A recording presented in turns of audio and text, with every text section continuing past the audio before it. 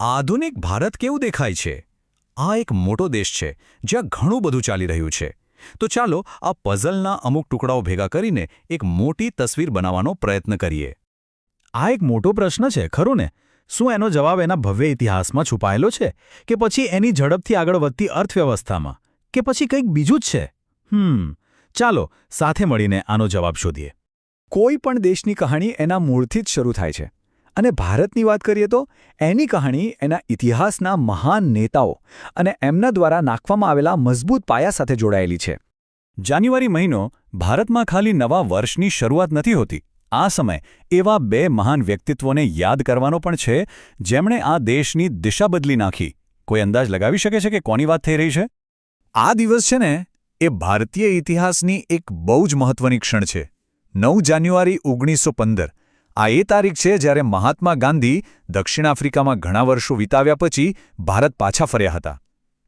એમનું પાછા આવવું એ ભારતના સ્વતંત્રતા સંગ્રામ માટે એક મોટો ટર્નિંગ પોઈન્ટ સાબિત થયો, અને એટલે જ આ દિવસ આજે પણ ખૂબ ગર્વથી ઉજવવામાં આવે છે.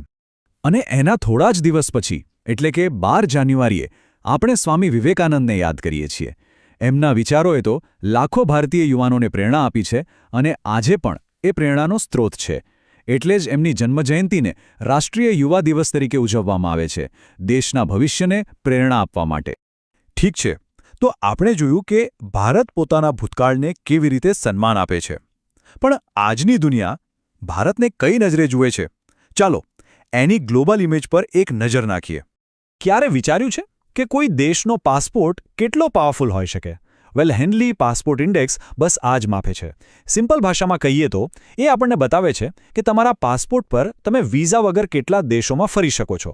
આ ખરેખર કોઈ પણ દેશના વૈશ્વિક પ્રભાવને માપવાનો એક રસપ્રદ રસ્તો છે. અને જ્યારે વાત ટેકનોલોજીની આવે ત્યારે ભારત પાછળ રહે એવું બને જ નહીં. ISROનું ગગનયાન મિશન આનું જ એક મોટું ઉદાહરણ છે. આ મિશન ખાલી અવકાશયાત્રીઓને સ્પેસમાં મોકલવા પૂરતું નથી.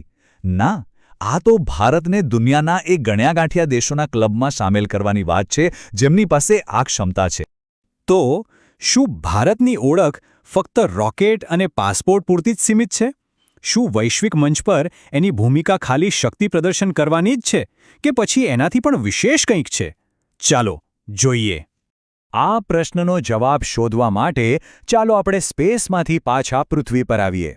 ભારત ફક્ત ટેકનોલોજીમાં જ આગળ નથી, એ કુદરતી સૌંદર્યનો પણ દેશ છે. અને એ પોતાની આર્દ્રભૂમિ એટલે કે વેટલેન્ડ્સ જેવી કે રામસર સાઇટ્સની સુરક્ષા માટે પણ એટલું જ કટિબદ્ધ છે. આ બતાવે છે કે પર્યાવરણની ચિંતા પણ એટલી જ છે. સારું, આપણે ભૂતકાળ અને વર્તમાનની વાત કરી, પણ ભવિષ્યનું શું? ચાલો હવે એ જોઈએ કે ભારત આવતીકાલ માટે કેવી રીતે તૈયારી કરી રહ્યું છે. જુઓ, ભવિષ્યનું નિર્માણ મુખ્યત્વે 3 પાયા પર થઈ રહ્યું છે. પહેલું, ગાંધીનગરની ગિફ્ટ સિટી, જે એક ફાઇનાન્શિયલ હબ બની રહી છે.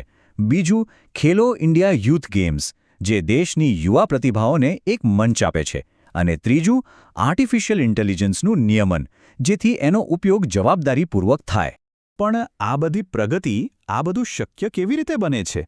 વેલ, આ બધાની પાછળ છે શાસન અને કાયદાનું એક મજબૂત માળખું. ચાલો સમજીએ કે આ સિસ્ટમ કેવી રીતે કામ કરે છે. આ નંબર પર નજર કરો, 368. આ ફક્ત એક આંકડો નથી.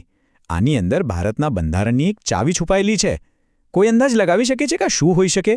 તો આ છે અનુચ્છેદ 368. આ એ અનુચ્છેદ છે જે સંસદને બંધારણમાં સુધારા કરવાની શક્તિ આપે છે. આ એક એવું ટૂલ છે જે એ સુનિશ્ચિત કરે છે કે દેશના કાયદા બદલાતા સમય સાથે તાલમેલ રાખી શકે. અને જ્યારે શાસનની વાત આવે ત્યારે પૈસાની વાત તો આવે જ. એટલે જ ભારતમાં 1 ફેબ્રુઆરી એક મોટો દિવસ ગણાય છે. કેમ? કારણ કે આ એ દિવસ છે જ્યારે સરકાર આખા વર્ષ માટેનો પોતાનો નાણાકીય પ્લાન એટલે કે બજેટ દેશની સામે મૂકે છે. તો આપણે ઇતિહાસથી લઈને શાસન સુધી ઘણા અલગ અલગ ટુકડાઓ જોયા, અને આ દરેક ટુકડો એક મોઝેકના પથ્થર જેવો છે. જ્યારે આ બધાને સાથે જોડીએ છીએ ત્યારે આધુનિક ભારતની એક જટિલ પણ સુંદર તસવીર બને છે. અને આ જ આપણને એક મોટા સવાલ પર લાવીને છોડી દેશે. વારસો, વૈશ્વિક પહોંચ, ભવિષ્યની યોજનાઓ અને શાસન. આ બધા તત્વો ભેળા મળીને આવનારા દાયકામાં ભારતને ક્યાં લઈ જશે એ તો સમય જ બતાવશે. પણ વિચારવા જેવી વાત છે, ખરું ને?